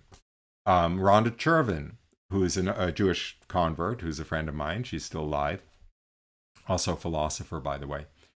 Her prayer was, God, if you exist, save my soul if I have a soul. She was an atheist. But she fell in, actually, with the circle around Dietrich von Hildebrand. She became friends with the von Hildebrands. We're talking about probably the late 50s, early 60s. And they were all fervent Catholics, so it made her doubt a little bit. But she still didn't have the faith. She's still kind of a really hardcore atheist. But it softened her enough so that she said, at least, God, if you exist, save my soul, if I have a soul. That was enough for God to come through to her and reveal himself to her. And she was actually looking at a portrait, a picture of Jesus in an art gallery when Jesus came alive. The face of Jesus came alive. And that was her conversion miracle. The only thing that keeps Jesus from doing what he wants with us, which is bringing us to heaven and giving us his, I come to bring life and bring it in abundance, bring it in its fullness, right? That's what he wants. The only thing that stops him is our unwillingness. He's standing at the door and knocking. It's us keeping the door closed, us locking the door, bolting the door, putting the furniture against the door. That's the only thing that keeps him from revealing himself to us. So anyway, Edith Stein's thirst for the truth was enough so that these progressive steps brought her to the fullness of the truth. She, as I said, she read St. Teresa of Avila's life at Hedwig Martius's house. She put it down the next morning, said, this is the truth. She went out, she got a Catholic breviary, she got a Catholic catechism. She, of course, was very intelligent. She absorbed it all. She very soon thereafter went to a priest. We're talking about a week. I don't know exactly, but in November, she read Teresa of Avila's book. And January 1st, in other words, 5 weeks later, she was baptized. Okay, so she read the catechism. She studied the catechism. She studied the breviary over the course of maybe a week or 10 days. She shows up at the parish priest saying, I want to be baptized. And the parish priest essentially says, he has to examine her. So his first question is, who has instructed you and for how long? Right? You have to go through RCIA or whatever. You have to be properly instructed and formed in the faith. So he says, who has instructed you and for how long? And what's her reply, full of chutzpah? It's, test my knowledge. Okay, you want to see if I know enough? Just ask me some questions. Then he found, to his surprise, that this young, petite Jewish philosophy professor knew the Catholic faith so well that he wrote a friend of his who was another priest, "Joseph, I have here a convert who is far superior to me and puts me to shame with her theological knowledge. You have to help me." Okay? So basically, on the spot, she convinced him that she was ready for baptism. And she was baptized on January 1st of 1922. And she chose that day, the feast of the circumcision of Jesus, because Jesus was a Jew. First of all, as a Jew, I love the feast of the circumcision of Jesus. And I love it because it is the only feast day of Jesus that is 100% kosher Jewish feast day of Jesus. It is celebrating his ritual entry into the Jewish people. It's celebrating, in some sense, the fact of him being a Jew. It's celebrating the event that made him a Jew, celebrating his Jewishness. And as I said, it's actually celebrating his entry into the Jewish covenant. So Edith Stein chose for her entry into the Christian covenant, which is baptism, right? Baptism is the new circumcision. Baptism is the entry into the family of God in Christianity. A circumcision was the entry into the family of God in Judaism. So she chose the very same day, the day of Jesus's circumcision, to be the day of her baptism. I think it's, unspeakably beautiful. And in that light, let me just return to the screen I had up earlier there, where her entry into life, of course, was Yom Kippur, with the scapegoat and the sacrifice for the atonement of the Jewish nation. And the second milestone in her life, her entry into eternal life by baptism, is the feast of the circumcision of Jesus, the feast day of his entry into the Jewish covenant. So let me see where I am now. Am I skipping about? So here is the church. She was baptized in the town church in the small town where Hedwig Martius's summer house, country house, was. The name of that town is Bad Bergzabern. And this is actually the parish church today. It looks obviously like it was a rebuilt church, and they have a little shrine to Edith Stein there. And the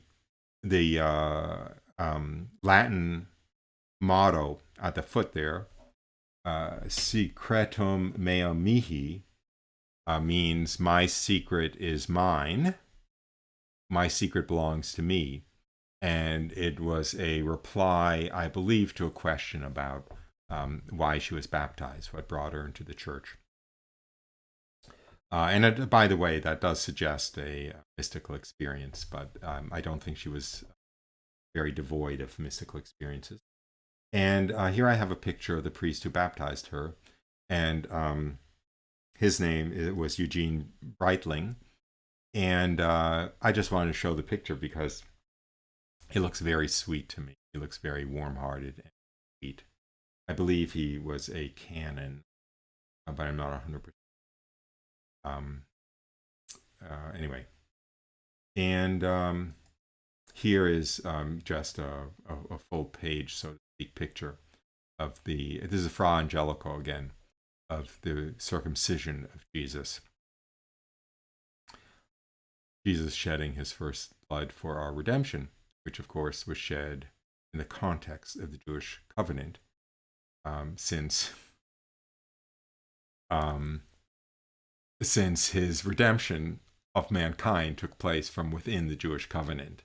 Hence, the the first of his blood being shed at his circumcision, and the totality of his sacrifice on Good Friday taking place in the context of Passover, and the first Catholic Mass being the Last Supper, being, of course, a Passover Seder. Got bad news for you guys, or good news for you guys, which is Catholic salvation took place in the context of Judaism. As Jesus said, salvation is from the Jews, not from the Jewish people because we're so great, or from us as people, but Catholic salvation bursts forth from the shell of Judaism, so to speak, from the context of Judaism. Jesus was the Jewish Messiah. Jesus was a Jew. The apostles were Jews. The church began flowing out of Judaism. It's another talk. Most of you have probably heard me give that talk. Do it again. Anyway, now, after her baptism, I better get to the end of her life before it gets too dark to read my notes here.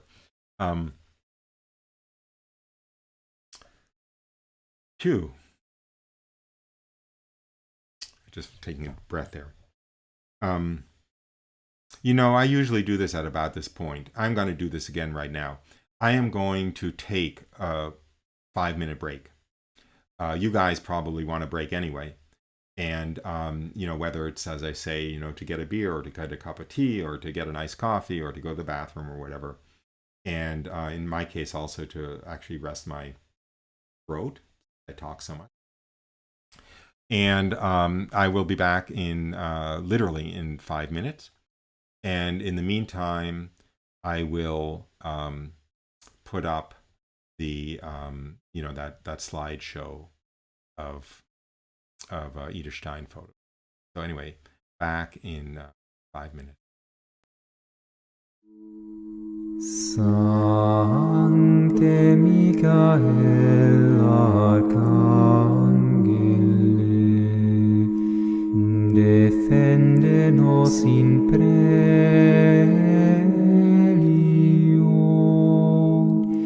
contra nequitia et insidias,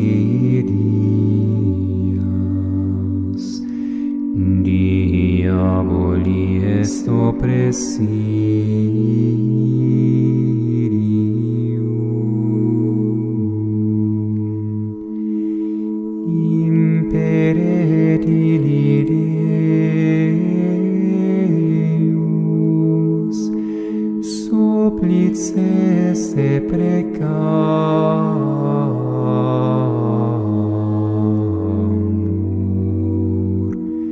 tuque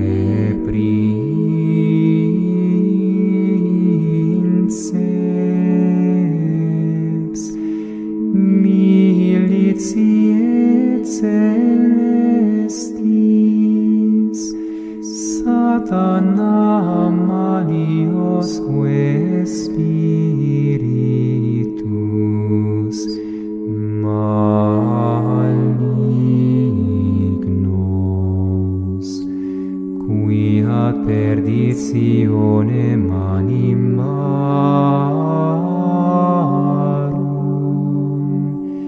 pervagantur in mundo,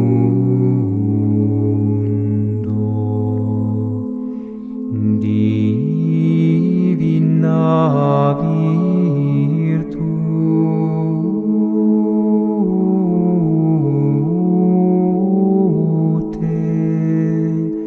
in infernum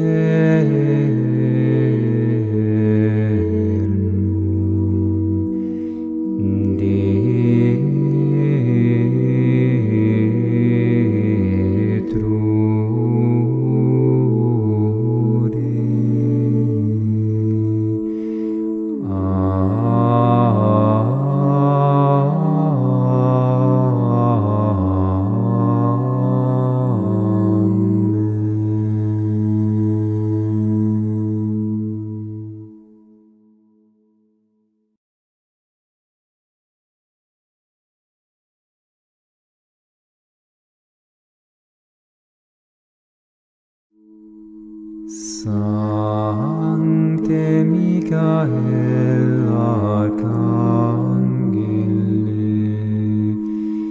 defende nos in prelio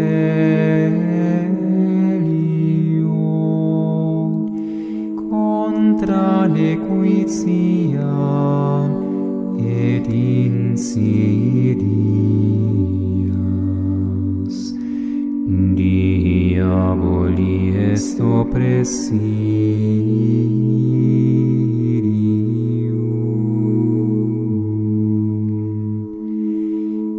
Imperet illi Deus,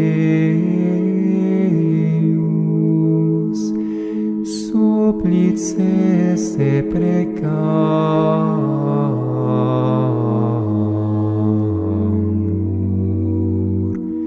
tuque princeps,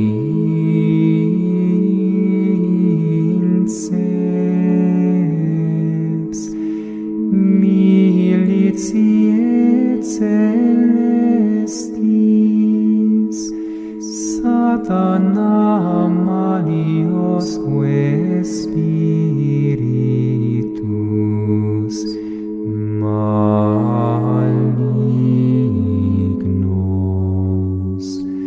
qui ad perditionem animarum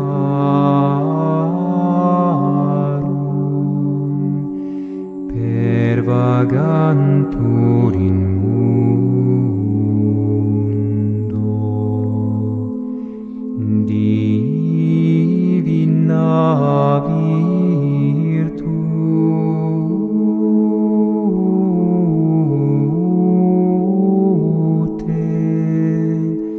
in infernum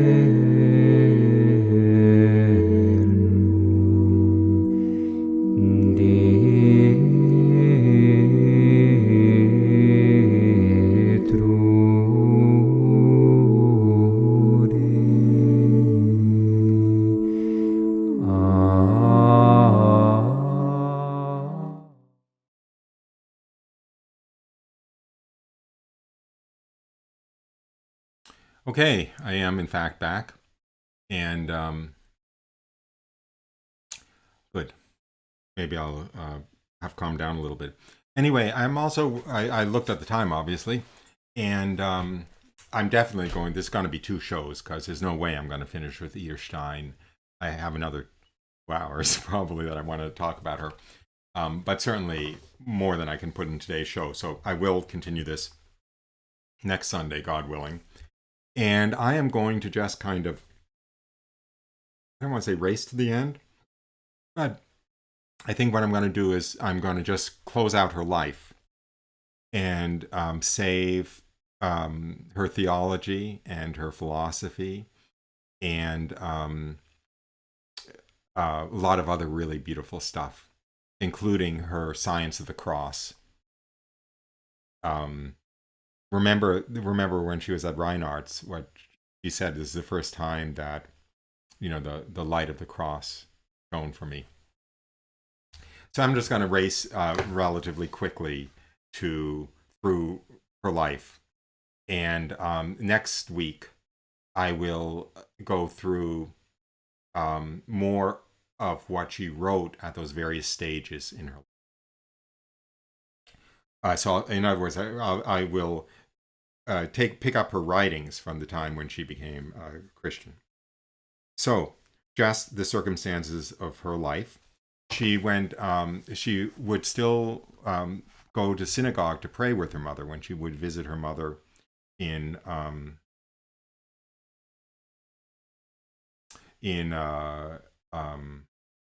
Breslau. And so anyway, so she would go to that synagogue that I showed you earlier with her mother and pray. And while her mother, the Jewish liturgy is mostly Psalms, the same Psalms as the Catholic liturgy, because the I hate to say it, but the divine office is Psalms from the Old Testament. They belonged to the Jews before they belonged to the Catholics. Anyway. They have the Jewish Psalms. So her mother would be reading from the Jewish prayer book, the Psalms, and Edith Stein would be reading along from the Catholic breviary, the very same Psalms. And her mother commented later, quote, "Never have I seen anyone pray as Edith did." So even though her mother was very distressed by Edith Stein's conversion, to say the least, and it was a very, very heavy blow, she was aware that she had never seen anyone pray the way Edith Stein did when praying in the synagogue of Breslau with her. Let me see if I have to go back to the town map. Yeah, I'll go back to the map of towns. Okay, so here's what happened. Edith Stein was baptized January 1st, 1922. She had, at that point, already basically been fully qualified to be a university professor of philosophy, but she couldn't get a position as a professor of philosophy between her being Jewish and being a woman. There was prejudice on both accounts. And so she couldn't get a university position, so she took a position as essentially in a high school, in a boarding high school, teaching. And it was in the town of Speyer, which is in the blue box that you see above Freiburg. I should have checked the pronunciation. Anyway, Speyer, that's the blue box. And it was actually a convent, Dominican convent. And she taught there from 1923 until 1933, when, after Hitler came to power, she wasn't allowed to even keep that job, teaching at high school, because Jews were forced out of any positions like that. So she was in that town for 10 years, and she was teaching at a Dominican school, which was part of a Dominican convent, or was attached to a Dominican convent. So there you have it. The name of it was, I never write down what I wanted. I think it was Mary Magdalene, but I'm not 100% sure. I think it was St. Mary Magdalene. Anyway, there is the convent school, a convent end school in Speyer, where she taught. And here is the chapel, a very beautiful chapel, to say the least. And here is a picture of Edith Stein with some of her students during that period. And she was very loved. She was rather serious, but very beloved professor among the students. And then, so she stayed there until 1933. She wanted to join Carmel as soon as she was baptized, but her spiritual director said that he thought she still had some work to do in the world, hence this career. And but then in 1933, when she could no longer teach anymore, she was free to enter Carmel, and she entered Carmel, and she entered the Carmel in Cologne. So back to the map. So you see Cologne is the pink box there. So she went from the purple box to the blue box to the pink box up to Cologne. And she joined the Carmel in Cologne. There is the Carmel in Cologne today. It certainly looks like that was a building built after World War II. But that's the Carmel in Cologne. And that statue that you see out front is in fact a statue of Edith Stein. You see three figures there, and all three figures are actually Edith Stein at different stages of her life. Let me zoom in. There you see it's a little bit hard. It's not even. It's hard for me to forget it. I mean, I can't. I don't think I have a close up enough for me to. Oh yeah, here. Here's more of a close up. So you see Edith Stein. I guess is the statue on the far right in the last slide was her as a young Jewish woman. There she is, cradling the Star of David, the symbol of Judaism. And then at the other end, you see her carrying the cross of Christ as a Carmelite on her way to Auschwitz, carrying the cross of Christ. So it's obviously her mission, her vocation in a kind of graphic form. I'm just trying to decide where to go. I did mention this before. Before she died, I'll go through this period in more depth next week. But before she died, she wrote out a spiritual last will and testament. I joyfully accept in advance the death that God has appointed for me in perfect submission and with joy, as being his most holy will. May the Lord accept my life and my death for the atonement of the unbelief of the Jewish people, and for this, that the Lord may be accepted by his own people, and that his kingdom may come in glory. And to the right of that text, you see a handwritten page, which is actually a photocopy of the first page of this last will and testament in Edith Stein's own handwriting. I will make another digression here, which is, I mentioned earlier at the beginning of the show, this political correctness about Edith Stein's theology, her conversion not fitting in with the politically correct, dual covenant theory that there's no reason for, that Jews have in Judaism everything that Catholics have in the Catholic Church, essentially. Now, Edith Stein's scholarship addresses her theology. It's forced to address her theology, right? Because her theology is clearly that there's something to atone for in the unbelief of the Jewish people, which is not very PC. So they have taken all of these quotes, secondhand quotes of Edith Stein, that people have reported Edith Stein as saying, like that incident at the time that she saw Anna Reinach and was impressed by her calm and peace. I'm looking for that. When she said, "This was my first encounter with the cross and the divine power it imparts to those who bear it. It was a moment when my unbelief collapsed and Christ began to shine his light on me." Christ in the mystery of the cross. Not very PC, right? So the Stein scholars say, well, she didn't really say that. The person who reported her saying that made it up. They love doing that. I mean, these I don't know what to say. Weak in faith Edith Stein scholars who are maybe Jewish and maybe Catholic, but want to be accepted by the Jews, they want to downplay all of this theology of Edith Stein. Even the Mother Superior of the Cologne Convent did this.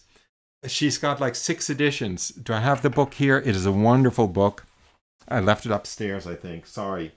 It's a wonderful life of Edith Stein. And I don't think I even have Herbstrith. I think her last name is Herbstrith. Anyway, it's the best life of Edith Stein. It has like 6 or 7 editions, meaning it gets reprinted periodically. And in each edition, she takes out one of these politically incorrect quotes of Edith Stein because people convince her that Edith Stein didn't really say it. It must have been the person who claims to have heard it who made it up. But they can't do it with this because it's in her own handwriting.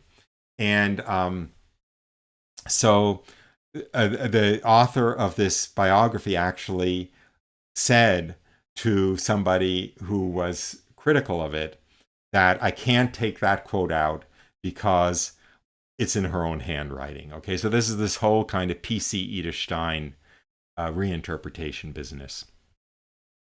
Anyway, but here it is in her own handwriting that she's atoning, that may the Lord accept my life and my death for the atonement of the unbelief of the Jewish people, and that the Lord may be accepted by his own people, and that his kingdom may come in glory. So this was her last will and testament. Of course, Then she joined the convent in Cologne. And after Kristallnacht, when the Nazis' attack on the Jews became very evident that it was going to become more and more violent and the Jews were being shipped away, in order to protect the convent in Cologne, she transferred to Echt, which is in Holland. Here's a picture of the convent in Echt.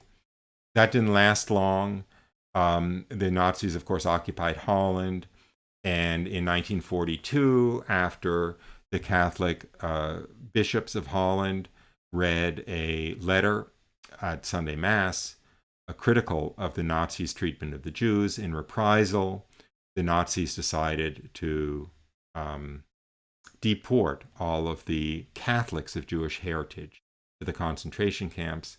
And so that week, following the reading of that homily, Edith Stein and her sister Rosa were deported from the convent in Echt to Auschwitz, where she was martyred. I'm going to do that justice next week, okay? That whole story. Believe me, I have lots of neat pictures. I have lots of neat quotes. But this show, in reality, is only up to her conversion, it turns out, up to her baptism. Everything after her baptism is going to get fleshed out next show, and her writings. So maybe it'll be 2 more shows, actually. That it's not impossible that I won't be able to finish next time. Now, she was martyred in 1942. She was beatified in 1996. She was canonized in 1998. And I had the great privilege and pleasure of going to her canonization as a newly minted, fairly newly minted, Jewish Catholic convert. And it was a real high point of my life. It was the first time that I ever met any other Jewish Catholics, actually, because Jewish Catholics from around the world, descended on Rome on their own volition because they wanted to be there, because here was a canonization of, this Jewish Catholic icon. And so I met them for the first time. It was wonderful. We ran around together. I met the president of the Association of Hebrew Catholics. I met a bunch of French Hebrew Catholics. I met a bunch of priests Catholic priests who had been Jews who had entered the Catholic Church. I made a lot of friends, some of whom are still friends now. And I was able to be present at the canonization ceremony. Now, I am going to close this show now. I know this is a very short post-intermission, but I'll close the show now with a clip of the Edith Stein canonization. And this is not photoshopped, okay? This is not photoshopped. This is actually the official Vatican feed of the canonization. I didn't know about it until after I came back to the United States, and some friends of mine who had watched the canonization on EWTN told me what happened. I was present at the canonization. I wasn't watching it on TV. But when I came home, people who had watched on TV told me about it. And then I actually saw it. So to close out the show, I better put in my earplug so I make sure that my earbuds, so that I make sure that I can get the sound right on this. Here is literally Saint John Paul II at the consecration of the Eucharist at the Edith Stein canonization. This is what was shown around the world. On the night he was betrayed, he took bread and gave you thanks and praise. He broke the bread, gave it to his disciples, and said, "Take this, all of you, and eat it. This is my body, which will be given up for you."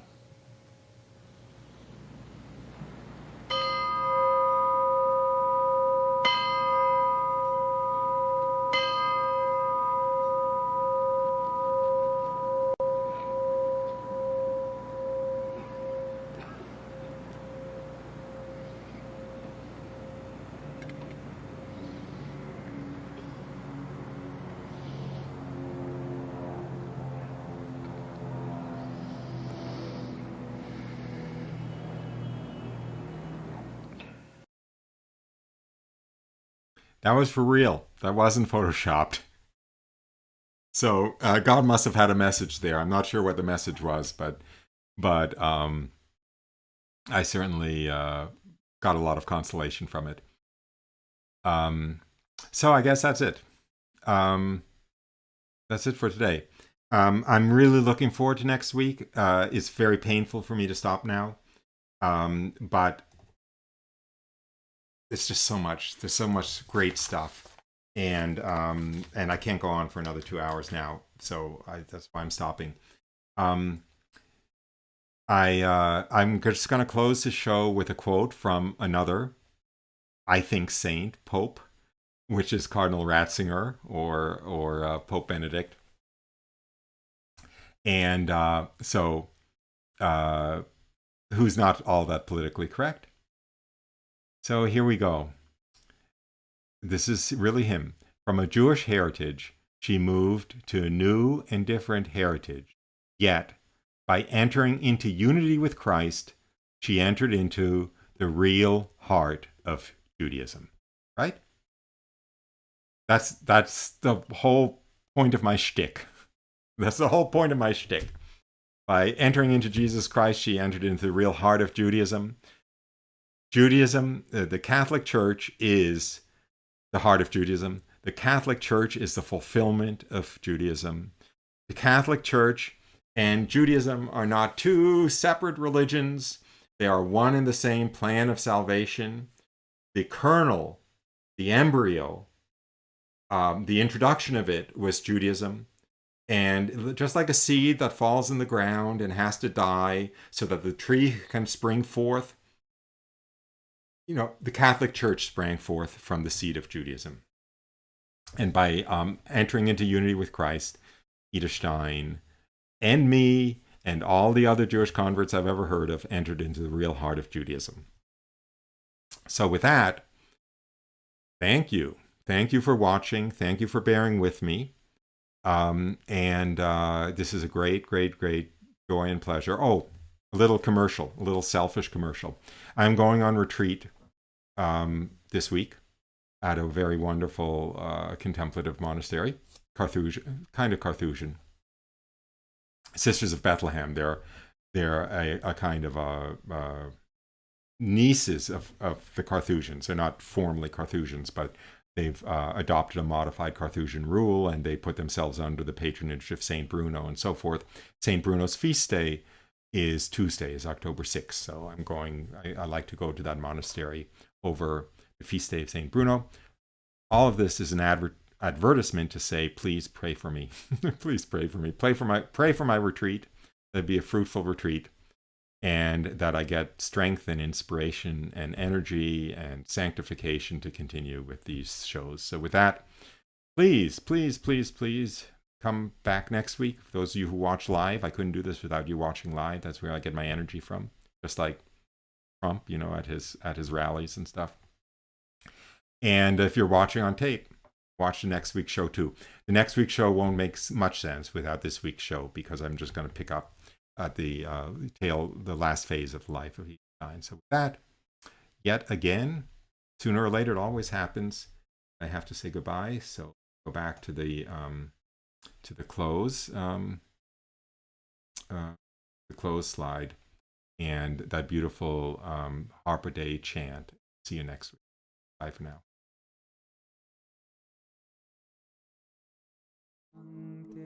Michael Arcangele,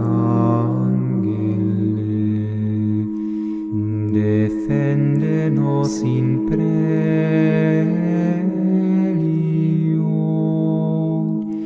contra nequitia et insidias. Diaboli est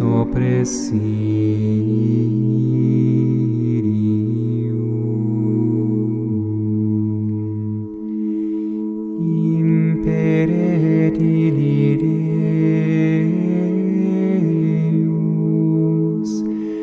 supplices te precamur,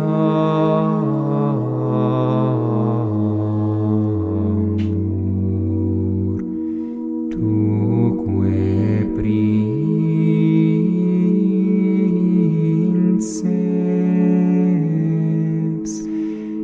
militiae celestis, Satana maliosque spiritus malignos, qui ad perditionem animarum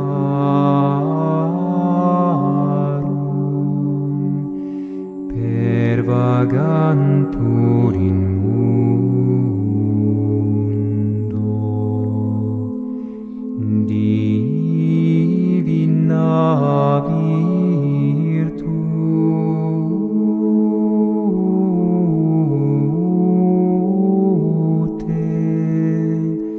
in infernum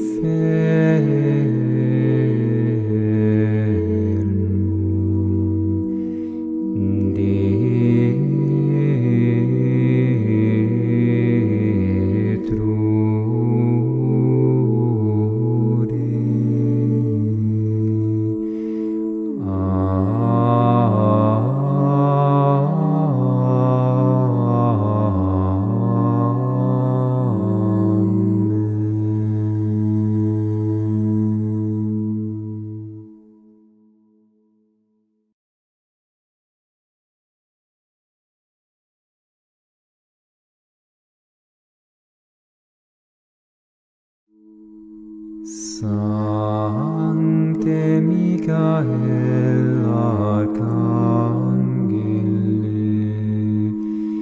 defende nos in prelio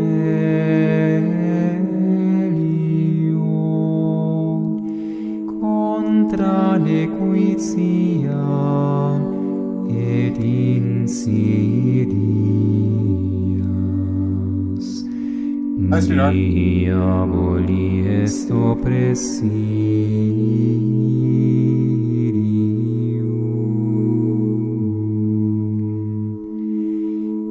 imperet illi Deus,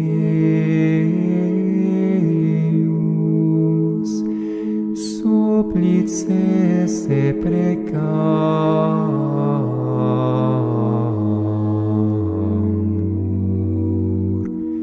tu